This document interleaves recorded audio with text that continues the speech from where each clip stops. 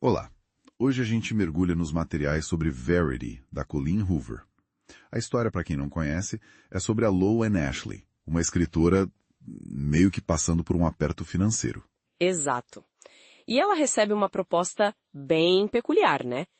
Para terminar uma série famosa da Verity Crawford, que é uma autora renomada, mas que sofreu um acidente e, bom, não pode mais escrever. Isso. E para fazer isso, a Loan tem que se mudar para a casa da Verity, uma casa bem isolada, aliás. Lá estão o marido, Jeremy, o filho pequeno deles, Crew. E a própria Verity, né? Que aparentemente está em estado vegetativo. A missão inicial dela era, só organizar as anotações da Verity pro resto da série. Simples, né? Só que não. Definitivamente não, porque ela acha uma coisa totalmente inesperada. Um manuscrito. Uma autobiografia não publicada da Verity com o título Assim Seja. E aí, né? Aí que o negócio fica sério mesmo. Fica muito sério, porque esse manuscrito mostra uma Verity, nossa, completamente diferente da imagem que todo mundo tinha. É um texto muito cru. Cru é pouco, né? Ela fala da relação com o Jeremy, super intensa, sexualmente carregada, mas aí vem o lado sombrio. O lado bem ressentido, especialmente com os filhos. O que impressiona é a honestidade brutal daquilo. Ou a aparente honestidade, né? Porque fica a dúvida. Ela chega a confessar que tentou abortar gêmeas com um cabide, que isso deixou uma cicatriz numa delas, na Chester. E fala do ciúme que sentia do amor do Jeremy pelas meninas. E a negligência, né? Ela descreve isso abertamente. É chocante. E fica pior. No manuscrito ela detalha que via a outra filha, a Harper, como uma ameaça para Chester. E admite ter tentado sufocar a Harper no berço. É um nível de perturbação imenso. E o ponto mais chocante, talvez, seja quando ela descreve ter causado de propósito o afogamento da Harper durante um passeio de canoa. Intencionalmente. É de embrulhar o estômago. E enquanto a Loan tá lendo esses horrores todos, ela começa a se envolver com o Jeremy. O que complica tudo, claro, porque ao mesmo tempo ela começa a desconfiar da Verity.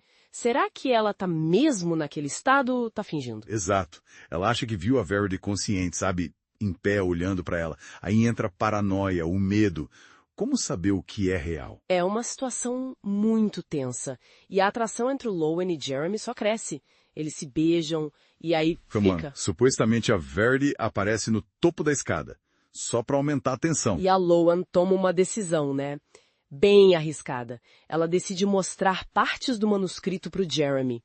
Partes cruciais. E a reação dele é previsível, talvez.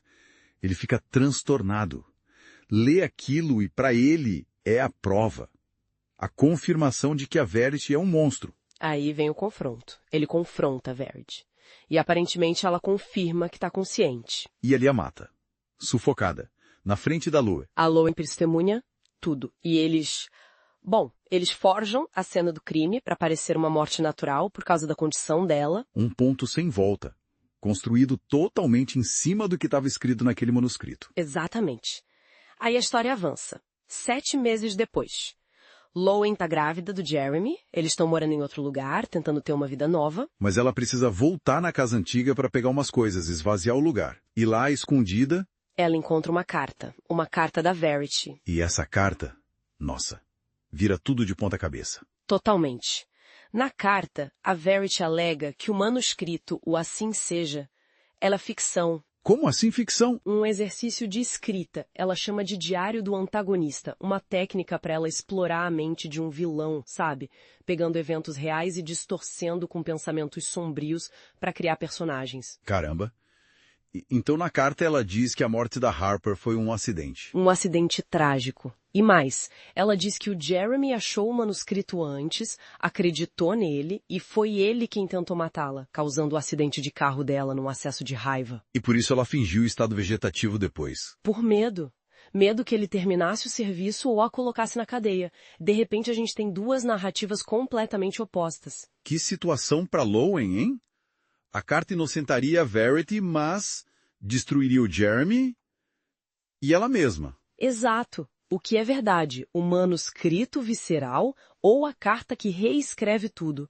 Ambiguidade é o ponto-chave aqui, eu acho. E a escolha dela?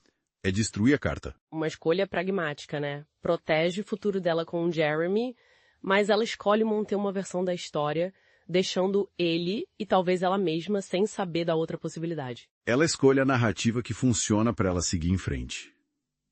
A análise termina aqui, mas fica a pergunta, né?